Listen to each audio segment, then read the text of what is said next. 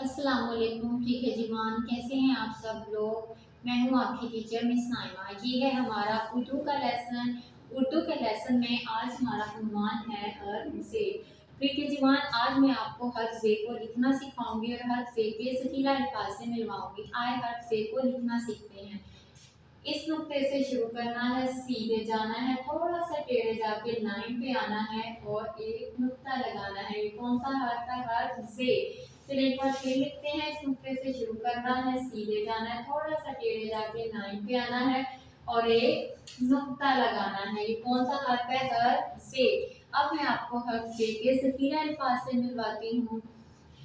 जे से जिराफा, जे से जंजीर, जे से ज़ेबरा, जे से ज़मज़म।